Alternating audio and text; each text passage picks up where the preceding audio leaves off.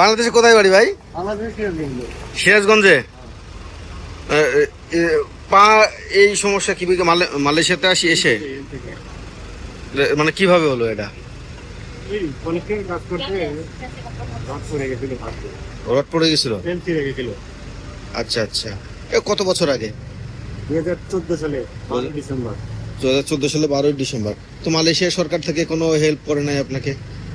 Bangladesh embassy থেকেও কোনো help করে নাই? তো এরপর আমাদের দূতাবাস থেকেও কোনো হেল্প করে নাই?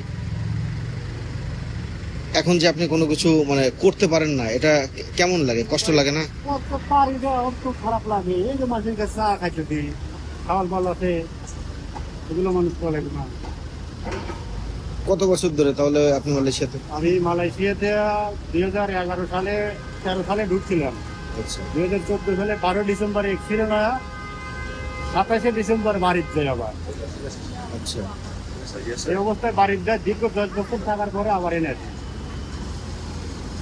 টুরিস্ট হয়েছি। আপনি এখন টুরিস্ট? আচ্ছা, মানে কোনো ওয়ার্ক পারমিটের বিষয় টিসা কোনো কিছু নাই? টুরিস্ট হিসেবে কত বছর এখানে? টুরিস্ট হিসেবে আইসি 2023 সালে 7 নভেম্বর এই দেশে সকালে ঢুকছি। আচ্ছা, কয় বছর হচ্ছে? 2 বছর হওয়ার আগে। 2 বছর। আর এর আগে হচ্ছে বাংলাদেশে ছিলেন যে কত বছর? 10 বছর বাংলাদেশে ছিলেন।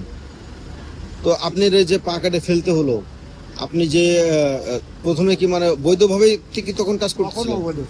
তখনও বৈধ? তখনও অবৈধ আর কি, যার কারণে কোনো হেল্প টেল্প পান নাই আর কি। তো আপনার কি ওই সময় কোম্পানি আমাকে চিকিৎসা করে আর টিকিট কেটে বাইক পাঠাচ্ছে, কিন্তু কোনো ক্ষতিপূরণ বা কোনো ক্ষতিপূরণের মধ্যে ওরা শুনছে যে 2টা মেয়ে আছে, একটা ছেলে আছে। তখন ওরা ওই কোম্পানির লোকই মনে করেন যে যাতে 1 লাখ টাকা খরচ হচ্ছিল, চিকিৎসা বাবদে খরচ হচ্ছিল, আর আমি ঋণ আছিলাম, ওই ঋণটা ওরা দিয়ে দিয়েছিল। কয় টাকা? 3 লাখ টাকা। 3 লাখ টাকা। এই তো আমার পাওয়া, এছাড়া আর কিছু না।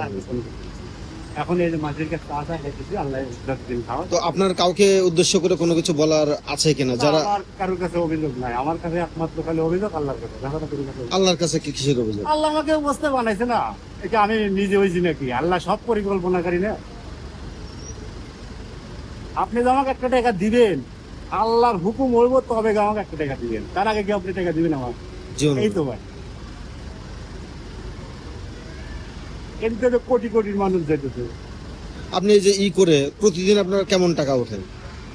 এটা ভাই কোনো হিসাব নাই।